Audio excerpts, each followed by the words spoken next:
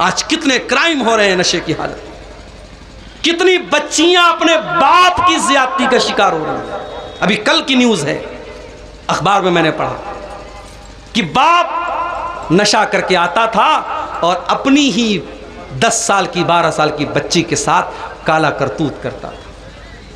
नशा वो खतरनाक चीज़ है मेरे भाई, जिसने बाप की और बेटी की सीमाओं को भी ख़त्म कर दिया, जिसने मर्यादाओं को ख़त्म कर दिया, जिसने भुला दिया कि बाप अपनी बेटी को किस नज़र से देख रहा है। इसलिए मेरे अजीज़ों, अपने आप को नशे से बचाओ, अपने समाज को नशे से बचाओ। बिहार सरकार आज नशे के खिलाफ अभियान चलाती है। कोई जाके कह दे नीतीश कुमार जी से, कोई जाके कह दे बिहार सरकार से कि तुमने आज नशे के खिलाफ अभियान छेड़ा है, तुमने नशे के ऊपर आज रोक लगाई है। मोहम्मद रसूलुल्लाह सल्लल्लाहु अलैहि वसल्लम ने 1400 साल पहले नशे पर रोक लगाई है। आज की सरकारों को नशे पर रोक लगाने के लिए एडवर्टीजमेंट करना पड़ता है, विज्ञापन करना पड़ता है, अखबार में देना पड़ता है, रेडियो पर देना पड़ता है, टीवी पर देना पड़ता है। मेरे नबी ने कोई विज्ञापन नहीं किया, कोई एडवर्टीजमेंट नहीं किया, कोई प्रचार नहीं किया। मेरे नबी ने कुरान की आयत पढ़ के सुना दी। अल्लाह ईमान वालों से कह रहा है कि ए ईमान वालों, शराब हराम है, फहल अंतुम मुंतहून। ऐ ईमान वालों, शराब हराम है, क्या अभी भी तुम शराब पियोगे? क्या अभी भी तुम नशा करोगे? अल्लाह सवाल कर रहा है। सहाबा कहते हैं अल्लाह, ऐ हमारे परवरदिगार, हम वादा करते हैं कि आज के बाद हम शराब को हाथ नहीं लगाएंगे। शराब के प्याले निकाल के, शराब के बर्तन निकाल के मदीना की गलियों में पानी की तरफ बहा दिया जाता है और सहाबे किराम के घरों से शराब का नामो निशान खत्म हो जाता है। ईमान हो तो ऐसा हो मेरे भाई, अल्लाह का डर हो तो ऐसा हो। यहाँ तो गुटखे की पैकेट पर बाकायदा तस्वीर बनी है फेफड़े की, और इंग्लिश में और हिंदी में लिखा हुआ है टोबैको कॉजेस कैंसर, तंबाकू से कैंसर होता है। और गुटखा बनाने वाली कंपनी बना भी रही है, बेचने वाला बेच भी रहा है, खाने वाला खा भी रहा है, और उस पर लिखा हुआ है कि साहब तंबाकू से कैंसर होता है, किसी को कोई फर्क नहीं पड़ता है। इस्लाम ऐसा दीन नहीं है मेरे भाई।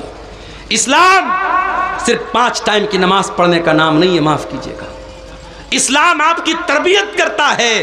अगर आप एक सच्चे मुसलमान हैं तो आपका कैरेक्टर कैसा है, आपका किरदार कैसा है, आप अपनी बीवी के लिए शौहर कैसे हैं, आप अपने बच्चों के लिए बाप कैसे हैं, आप समाज के लिए इंसान कैसे हैं, इस्लाम ये सारी चीज़ें भी तय करता है। अगर आप नमाजी तो बन गए मगर अपनी बीवी के लिए अच्छे शौहर नहीं हैं, अपने बच्चों के लिए अच्छे बाप नहीं हैं, अपने पड़ोसी के लिए अच्छे पड़ोसी नहीं हैं, आपकी ज़ात से समाज को तकलीफ पहुँच रही है, आपकी ज़ात से पड़ोसी को तकलीफ पहुँच रही है, आप लोगों का जीना हराम कर रहे हैं, तो माफ़ कीजिएगा, ये इस्लाम की तालीम नहीं है, ये मोहम्मद रसूलुल्लाह की तालीम नहीं है। मेरे नौजवान साथियों, आज इन चीज़ों का जायज़ा लेने की ज़रूरत है। अपनी माँ बहनों से भी कहना चाहूँगा, अपनी जिम्मेदारियों को समझो। आज मुसलमान औरत दुनिया के लिए बहुत बड़ा चैलेंज बन चुकी है।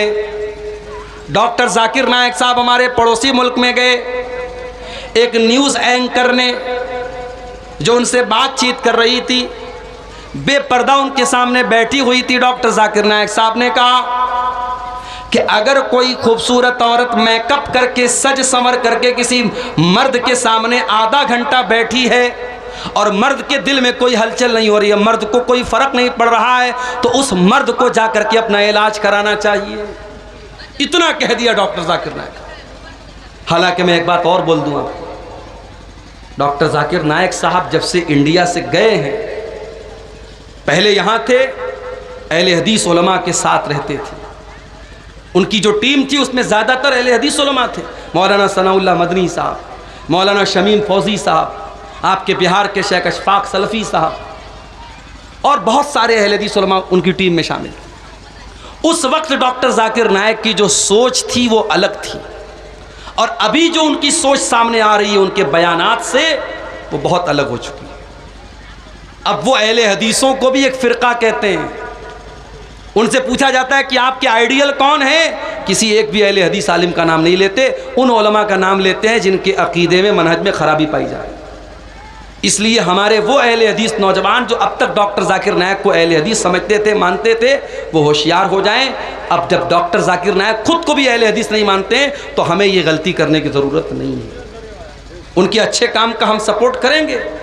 गैर मुस्लिमों के दरमियान उन्होंने जो भी इस्लाम की तबलीग की है या कर रहे हैं हम करेंगे, मगर आज के उनके बयानात ये बता रहे हैं कि बहुत फ़र्क आ चुका है और इससे हमें और आपको एक सबक मिलता है। सीमांचल के इलाके में आप रहते हैं, अल्लाह का शुक्र अदा कीजिए। अगर आपके गांव में कोई एक भी मज़ार नहीं है, कब्र नहीं है, शिरक नहीं है और हराम और बिदअत का काम नहीं हो रहा है, अल्लाह का शुक्र अदा कीजिए। आपके बच्चे ऐसे माहौल में बड़े हो रहे हैं, वो शिरक होता हुआ नहीं देख रहे हैं, वो बिदअत होता हुआ नहीं देख रहे हैं।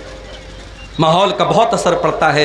आज मलेशिया में डॉक्टर जाकिर नायक साहब रहते हैं और यहाँ की अहले हदीस जमात से जो उनका कनेक्शन टूटा है, उसका असर अब उनकी स्पीच पर, उनके बयान पे साफ नज़र आ रहा है। तो उन्होंने उस औरत से कहा कि अगर कोई मर्द मेकअप करने वाली लड़की के सामने आधा घंटा बैठा है और उसको कोई फ़र्क नहीं पड़ रहा है तो उस मर्द को अपना इलाज करना चाहिए। अब साहब, हमारे पड़ोसी मुल्क की जो मीडिया है उसमें बवाल हो गया। डॉक्टर जाकिर नायक तो बड़ी गंदी सोच के इंसान हैं और उन्होंने ऐसी बात कह दी, ये है वो है। हालांकि उन्होंने जो बात की 100% सच्ची बात है। अल्लाह ताला ने सिस्टम ऐसा बनाया है, लड़की अगर बेपर्दा है और उसके सामने कोई मर्द है तो वो मर्द उस दौर का सबसे बड़ा वली भी क्यों ना हो, अगर वो मर्द है तो उस बेपर्दा और बेहया लड़की को देखकर उसके दिल में फ़र्क तो आएगा, उसके दिल के अंदर हैजान आएगा। और इसीलिए अल्लाह के नबी सल्लल्लाहु अलैहि वसल्लम फरमाते हैं कि जब कोई मर्द किसी औरत के साथ अकेले में होता है तो तीसरा शैतान होता है। हमारे यहाँ लोग कहते नहीं साहब, भाभी को हम माँ समझते हैं। देवर अपनी भाभी को बाइक पर बिठा के पूरे मार्केट की सैर करा रहा है, भाभी चिपक करके बैठी है देवर के साथ। बंद करो ये बेगैरती, तुम्हारी भाभी तुम्हारे लिए गैर महरम है और भाभी को कोई अधिकार नहीं पहुंचता कि वो देवर के साथ इस तरीके से चिपक करके बाइक पर सैर करे। जीजा के साथ साली घूम रही है। हमारे यहां लोगों ने जुमला बना लिया, साली आधी घरवाली। साली अपने जीजा के साथ गंदे गंदे मजाक कर रही है, बेहुदा मजाक कर रही है, जीजा भी मजे ले रहा है। हराम है, बेगैरती है मेरे प्यारे साथियों। जिस तरीके से आप अपने घर की जवान बेटियों को गांव के मोहल्ले के अजनबी लड़कों से दूर रखते हैं कि नहीं साहब, हमारी लड़की सियानी हो गई, जवान हो गई, ये लड़का अनजान लड़का है, मेरी लड़की का कोई महरम रिश्तेदार नहीं, उसको हम घर में आने नहीं देंगे। जिस तरीके से अपने गांव के मोहल्ले के अनजान लड़कों से आप अपनी बच्चियों को दूर रखते हैं, वैसे ही कजिन से भी दूर रखिए। मामा का लड़का, मौसी का लड़का, चाचा का लड़का, ताया का लड़का, खाला का लड़का, ये सारे रिश्तेदार आपकी लड़की के लिए गैर महरम हैं। गैर महरम समझते हैं कि नहीं? गैर महरम उसको बोलते हैं जिससे शादी हो सकती है। आपके लड़की की शादी खाला के लड़के से हो सकती है, मामू के लड़के से हो सकती है, चाचा के लड़के से हो सकती है, ताया के लड़के से हो सकती है। तो जितने भी गैर महरम लड़के हैं, जब आपकी बेटी जवान हो गई तो उसको मना कर दीजिए कि नहीं, उसके साथ सेल्फी जाके मत ले लेना, तू शादी में उसके साथ जाके मत खड़ी हो जाना, उससे दूर रहना, पर्दे में रहना, वो तेरे लिए गैर महरम है। ये ट्रेनिंग की ज़रूरत है, ये तरबियत की ज़रूरत है। मैं बाहर कहीं कहीं सफ़र में जाता हूँ, किसी आदमी के घर में मैं ठहरा, उनकी छोटी बच्ची है 5 साल की, मैंने जाके सलाम किया, लड़के ने तो हाथ बढ़ाया, लड़की ने हाथ नहीं बढ़ाया।